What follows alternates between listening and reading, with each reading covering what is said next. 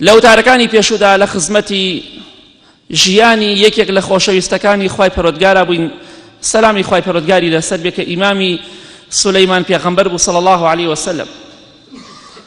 بەردەوام بین ئینشەڵا لە ژیانی خۆشەویستی خوای پەروەردگار صلی الله علیه وسلم، بە ئومێدەوەی ئینشەڵا ژیانی پێغەمبەران سەلامی خوای پەروەردگاریان لەسەر بێ ببێتە سەبەب و هۆکارێک بەویستی خوای پەروەردگار بۆ ئەوەی عەقیدە و بیر و باوەڕ و مەنهەجی خۆمان کامل کەین، بۆ ئەوەی بەویستی خوای پەروەردگار ببێتە سەبەبێک بۆ زیادبوونی ئیمانە ضەعیفەکەمان، بەڵکو بەویستی خوای پەروەردگار ببێتە هۆکارێک بۆ شیفای دڵە نەخۆشەکانمان. بەڕاستی لە خوتبەکانی پێشوا باسمان کرد سولەیمان پێغەمبەر صلی الله علیه وسلم خوای پەروەردگار کۆمەڵی نیعمەتی پێبەخشی بوو. یەکەمیان وتمان بریتیە لە پێغەمبەرایەتی و پاشایەتی سەلامی خوای لەسەر بێ. دووەمیان ئەو بوو خوای پەروەردگار کۆمەڵێک ناز و نیعمەتی گەورەی پێبەخشی بوو کە یەکێکیان بریتی بوو لەوەی لەگەڵ گیانلەبەران و باڵندەکانە قسەی دەکرد. سەلامی خوای پەروەردگاری لەسەر بێت. بەڵام یەکێتر لە حیکمەتەکان لەو نیعمەتانەی کە خوای پەروەردگار بە سولەیمان پێغەمبەری بەخشی بوو سەلامی خوای لەسەر بێ بریتی بوو لە حکمی عەدالەتی، بریتی بوو لە تێگەشتن لە شتەکان وەکو خۆی. ئەوش نیعمەتێکی خوایە. کاتێک کە بە سولەیمان پێغەمبەری دەبەخشێ سەلامی خوای لەسەر بێ حکم ئەدا، بەڵام بە شێوەیەکی عەدالەت و دادپەروەرانە. چونکە خوای پەروەردگار مەدحی سولەیمان پێغەمبەر دەکات سەلامی خوای لەسەر بێ بەوەی کە خاوەنی فەهمێک و تێگەیشتنێک و عەقڵێکی زۆر چاک بووە. ئەوەش یەکێک لە نیعمەتەکانی خوای پەروەردگار. بۆیە هەر کەسێک لە ئێمە ئەگەر خوای پەروەردگار فەهمێک و عەقڵێک و تێگەیشتنێکی باش و ڕێک و پێک و سەلیمی داپێی، ئەوە نیعمەتێکی خوایە، بە هەموو کەسێکی نادات. چونکە خوای پەروەردگار نیعمەتی خۆی بە هەموو کەسێ نادات.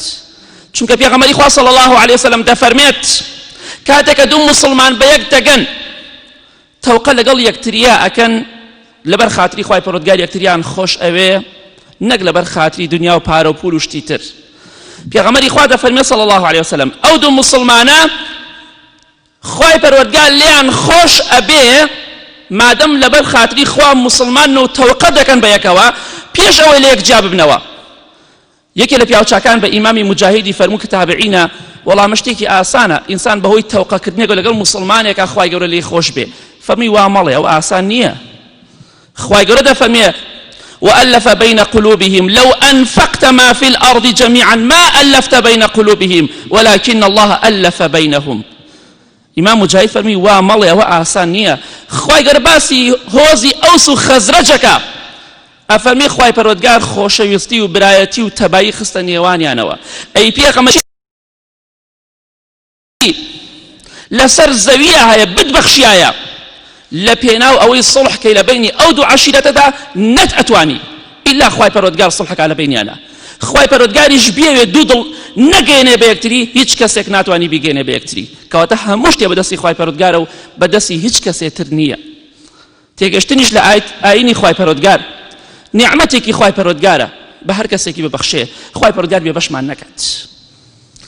جا بەڕاستی عەدالەتی حکمی تێگەیشتنی سولەیمان پێغەمبەر سەلامی خوای لەسەر بێ لە دوو شتا دەرئەکەوێت کە خوای پەروەردگار و پێغەمبەری خوا صلی الله علیه وسلم بۆ ئێمەیان باس کردووە. لە سەردەمی داود پێغەمبەردا سەلامی خوای لەسەر بێ کە باوکی سولەیمان پێغەمبەر صلی الله علیه وسلم قەزەیەک ڕوویدا. وداود وسليمان إذ يحكمان في الحرث إذ نفشت فيه غنم القوم وكنا لحكمهم شاهدين ففهمناها سليمان وكلا آتينا حكما وعلما. پیاوێک هەبوو ڕەزێکی ترێ هەبوو، پیاوێک تریش هەبوو کۆمەڵێک مەڕ و بزنی هەبوو. بەڵام شەوێکیان مەڕی ئەم پیاوە ئاژەڵەکانی ئەم پیاوە چۆ ناو ڕەزی ئەو پیاوە کە ترێی تیا بوو هەمووی وێران کرد. ئەمە لە سەردەمی داود پێغەمبەرە سەلامی خوای لەسەر بێ سولەیمان پێغەمبەردا سەلامی خوای لەسەر بێ ڕوویدا. پیاوێکش ئاژەڵەکانی دەڕواتە ناو ڕەزی پیاوێکەوە هەمووی وێران دەکا و تێکی ئەشکێنێ بە کەڵکی ناهێڵێ. ئەمجا دێن بۆ لای داود پێغەمبەر سەلامی خوای لەسەر بێ بەوەی حکم کا لە نێوانیانە.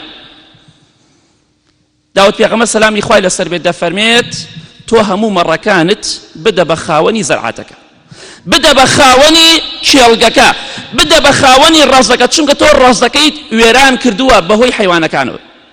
لەبەر ئەوە مادەم ماڵەکەیت وێران کردووە، ڕەزەکەی و باخەکەی تێک داوە، ئەبێت تۆ ئاژەڵەکانی خۆت بدەی بەکێ؟ بدەی بە خاوەنی ڕەزەکە. بێگومان ئەمە حکمێک بوو داود دای سەلامی خوای لەسەر بێ، چونکە ئەو پیاوە بەڕاستی زەرەر و زیانێکی گەورەی کردبوو. بەڵام کاتێک ئەو حکمەیدا داود پێغەمبەر سەلامی خوای لەسەر بێ هەموو ئاژەڵەکان بدە بە خاوەنی ڕەزەکە، وەکو ئیمامی عەبدوڵای کوڕی مەسعود باسەکە ڕەزا و ڕەحمەتی خوای لێبێ دەفەرمێ سولەیمان پێغەمبەر صلی الله عليه وسلم کە خوای پەروەردگار فەهمێکی زۆر بە قوتی دابوو پێی، ئەو نیعمەتی خوای بە هەر کەسێکی بدە. بۆیە ئیمامی مالک ڕەحمەتی خوای لێبێ کاتێکە ئیمامی شافعی بینی پیاوێکی زۆر زیرەک بوو، پیاوێکی زۆر خواناس بوو، پیاوێکی زۆر متەقی بوو، هەر بە منداڵێکی بچووک بوو، زۆر تەمەنی گەورە نەبوو، بەڵام ئیمام مالک تەماشای کرد ئەم پیاوە زۆر حیفزی بەقووەتە، شتەکان زۆر بە ئاسانی لەبەرەکە، فەهم و تێگەشتنی زۆر بەهێزە.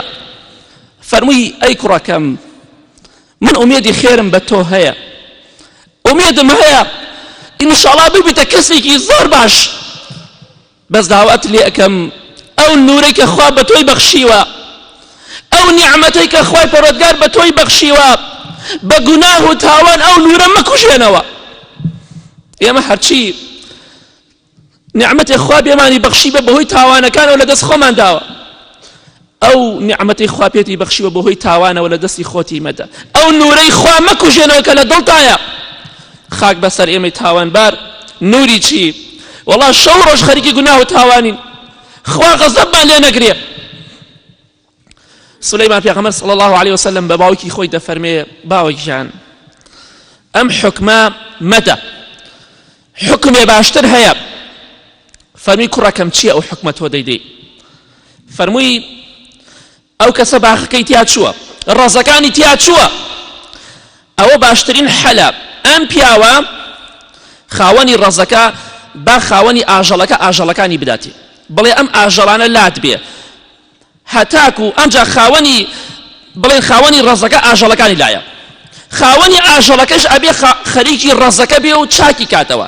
هەر کاتێک ئەو ڕەزە هەمووی وەکو خۆی لێ هاتەوە، وەکو پێشوو گەڕایەوە، ئەو کاتە خاوەنی ڕەزەکە با حیوانەکان بگەڕێنێتەوە کە چەند ساڵە ئیسفادەی لێ ئەکا، بەڵام موڵکی ئەو نییە، بەڵام بۆ خۆی دەتوانێت لە شیرەکەی ئیسفادە بکە، لە ڕۆنەکەی، لە ماستەکەی، لەو بەروبوومانەی کە لە ئاژەڵ دەرئەچێ ئیسفادەی لێ بکە بۆ خۆی.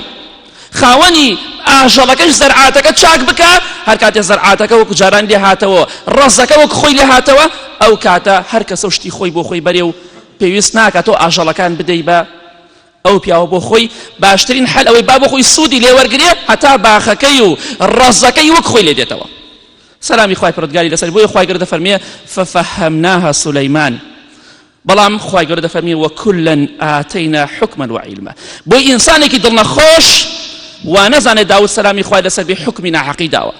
داود پێغەمبەر صلی الله عليه وسلم غەیبی نازانێ وەکو پیاو خراپان، حکمێک دەدا، بەڵام خوای پەروەردگار فەهمەکەی سولەیمان بە بەهێزتر دەزانێت، بەڵام دەفەرمێ وەکوڵەن ئاتەینا حکمەن وعیلما. هەردووچیان داود و سولەیمان سەلامی خوای لەسەر بێ خوای پەروەردگار دەسەڵات و حکم و تێگەیشتن لە شتەکانی پێبەخشین لەگەڵ عیلمە، هەردووکیان عالم بوون، هەردووکیان پێغەمبەری خوا بوون سەلامی خوای لەسەر بێ. بەڵام وەکو ئیمامی ئیبن کەثیر باسەکە ڕەحمەتی خوا لێبێ حکمەکەی سولەیمان سەلامی خوای لەسەر بێ ڕاجحتر و بەقووەتر بوو، بەڵامینەکەی داود غەڵەت نەبوو سەلامی خوای لەسەر بێ، چونکە ئەو پیاوە ڕەزەکەی وێران بووە، ئەی چۆن بێبژێرێتەوە. بەڵام هەردووکیان خوای پەروەردگار فەهم و تێگەشتنی پیان داوە، بەڵام سولەیمان سەلامی خوای لەسەر بێ حکمەکەی ڕاجحتر و بەهێزتر و بەقووەتر بوو. هەردووکیان حکمەیان حەق بوو بێگومان ئینشاءڵڵا. ئەمە بەڵگەی لەسەر ئەوەی کە سولەیمان سەلامی خوای لەسەر بێ خوای پەروەردگار تێگەشتنێکی زۆر بەهێزی پێدا بوو. ئەوە نیعمەتێکی خوایە. هەر کەسێکیش لە ئێمە ئەگەر خوا نیعمەتێکی پێبەخشی بوو لە شتەکان بەباشی تێگەیشت، حیفزی باش بوو، تێگەشتنی بۆ شتەکان باش بوو، ئەو نیعمەتێکی خوایە، با بە تاوان و گوناه نەیکوژێنێتەوە. خوای پەروەردگار نیعمەتێ بە کەسێکدا، بەڵام ئەمە معنای ئەوە نییە سولەیمان سەلامی خوای لەسەر بێ فەزلی بەسەر باوکی خۆیان هەبێت.